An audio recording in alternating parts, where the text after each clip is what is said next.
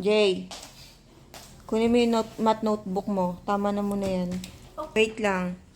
Okay. Dito sa notebook mo, meron kayong mga kinukompute. Paano kinukuha yung area sa rectangle? Area? Mm-mm. Paano nakukuha yung area? Anong formula nun? Length times width. O, sample nga kung naalala mo. Diba, rectangle ulit. Mm. Tapos, minmeasure mo sa 9 centimeter. Mm. Tapos, yung width ay 30 centimeters. Mm. Yung 9 times width, di ba? Mm. Eh di area. Yung area ay 27. Tina-times yung length at width. Paano mo malalaman kung alin yung length tsaka ano yung width? Diba ganito? Oh. Ganito yung width. Tapos Patayo. yung length, ganito. Ah. Okay. SS square. Paano naman kinukuha yung area ng square? Side by side. Kunyari, square. Kunyari, square. Diba? Opo. Ito yung side, tapos ito yung side ng square, diba? Mm. Kaya 4 times 4. Mm. Side by side, diba? Equals area, diba? Yung area ay 16. 4 times 4 equals to 16. Galing ah. Sige nga, tingnan pa nga natin kung ano meron sa notebook mo. Ano ang point? Ano yung point? Ganito. Tapos, ano naman ang line segment? Line segment, kunyari, maraming point. Tapos mas malaking point dito. Ang tawag doon, line segment.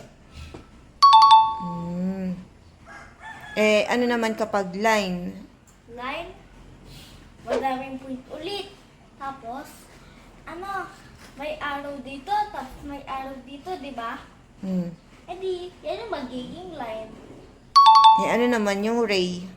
Yung ray, Opo. yung ray, ganito. Madaming ulit point, tapos isang malaking point, tapos isang arrow dito. Okay, next. Ano naman yung parallel? Parallel. Ano yung train tracks? Train Tracks? tracks? Alam mo yung train tracks? Yung parang railways? Oh. Yung dinadaanan nila? Ano pa ibang sample ng parallel? Diba, kunyari, isang ganito, tapos isang ganito. Hindi mag-meet. Dapat nakaganito lang. Bakit? Ano ba yung opposite ng parallel na Adjustment. adjustment? Adjacent. Adjacent? Ano ba sample ng adjacent? Ganito. Ganyan? Bakit? Yun yun.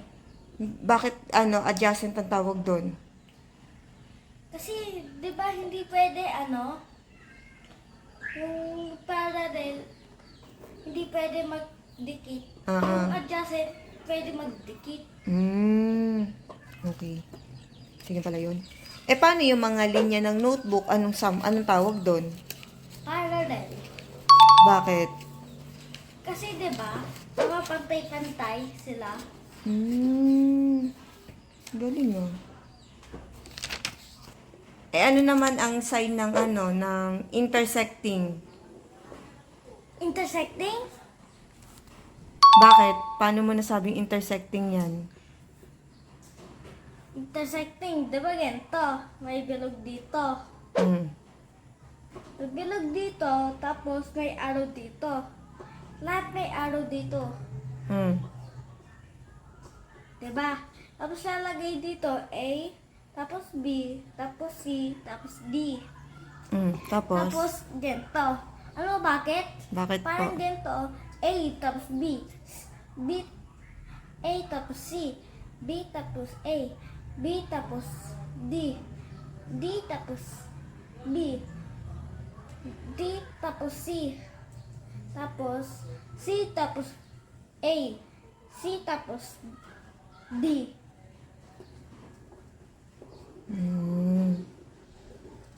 Okay, dapat laging may arrow sa dulo, no? Okay, good job. Thank you.